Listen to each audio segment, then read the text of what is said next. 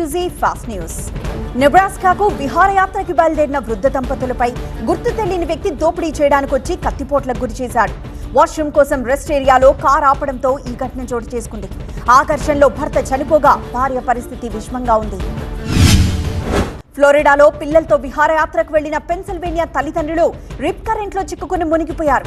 మొత్తం 8 మంది కుటుంబ సభ్యులు హచిన్సన్ ద్వీపంలోని స్టూవర్ట్ బీచ్ ను చూస్తున్న నేపథ్యంలో ఈ ఘటన చోటు చేసుకుందని, రిప్ కరెంట్లో చిక్కుకుని మునిగిపోయారని స్థానిక అధికారులు నివేదించారు. ఒక వ్యక్తి స్మోకీ పర్వతాల యాత్రకు వెళ్తూ ఉండగా దారిలో రోడ్డు మీదకి ఎలుగుబంటి వచ్చింది. తన కారును ఆపి ఆ ఎలుగుబంటిని చూసి గట్టిగా అరుస్తూ ముందుకు వెళ్లాడు.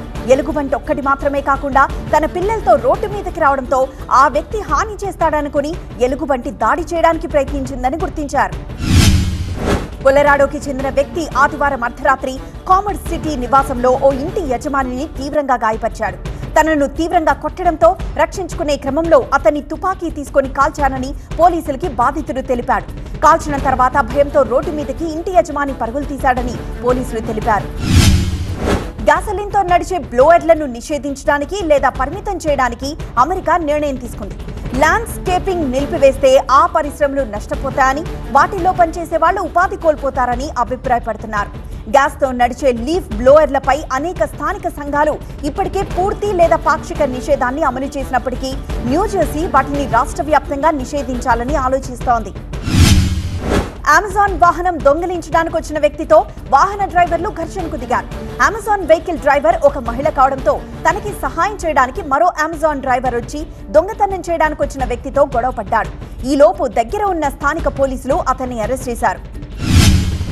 వాషింగ్టన్ కు చెందిన 5 సోదరీమణులు 2 ఏళ్లలో $1 మిలియన్ ఆన్లైన్ మోసాలు చేసినందుకు 20 సంవత్సరాల వరకు ఫెడరల్ జైలు శిక్షను ఎదుర్కొంటున్నారు. ఆన్లైన్లో ఆర్డర్ చేసి రకరకాల కారణాలతో వాటిని రిటర్న్ ఇస్తున్నామని చెయ్యకుండా స్కామ్ చేస్తున్నారు. దాదాపు 8 రాష్ట్రాల్లో ఇలాంటి స్కామ్ చేసినట్లు అధికారులు తెలిపారు. న్యూయార్క్ లేక్ జార్జ్ లో బోటింగ్ చేయడానికి పసికందును పేరెంట్స్ ఒడ్డున వదిలి వెళ్లారు. ఒడ్డున ఏడుస్తున్న శిశువును చూసి తల్లిదండ్రులు నిర్లక్ష్యంగా వదిలి వెళ్లడంపై చుట్టూ ఉన్నవారు ఆగ్రహం వ్యక్తం చేశారు. వెంటనే పోలీసులకి సమాచారం ఇవ్వడంతో మౌంట్ పోకోనో పెన్సిల్వేనియా నివాసితులు పిల్లల సంక్షేమానికి అపాయం కలిగించారనే ఆరోపణలపై అరెస్ట్ చేసినట్లు అధికారులు తెలిపారు. కెనెక్టికట్ నుండి కొలరాడోకి వెళ్లే యునైటెడ్ ఎయిర్లైన్స్ విమానం గురువారం ఉదయం టేకాఫ్ అయిన కొద్దిసేపటికే ఇంజిన్ లైనింగ్ లో ఒక పార్ట్ పడిపోవడంతో అత్యవసర ల్యాండింగ్ అయింది. పెద్ద శబ్దం రావడంతో ప్రయాణికులంతా భయభ్రాంతులకు గురయ్యారు. అందులో కొందరికి గాయాలు కూడా అయ్యాయి. ప్రయాణికుల్ని వారి గమ్యస్థానానికి చేర్చడం కోసం ఎయిర్లైన్స్ ఇతర ఫ్లైట్స్ ని ఏర్పాటు చేశారు. 19 యుఎస్ సైనిక స్థావరాల పక్కన చైనా వ్యూహాత్మకంగా వ్యవసాయ భూములను కొనుగోలు చేస్తోందని, ఫ్లోరిడా నుండి హవాయి వరకు ఉన్న 19 స్థావరాలను గుర్తించారు.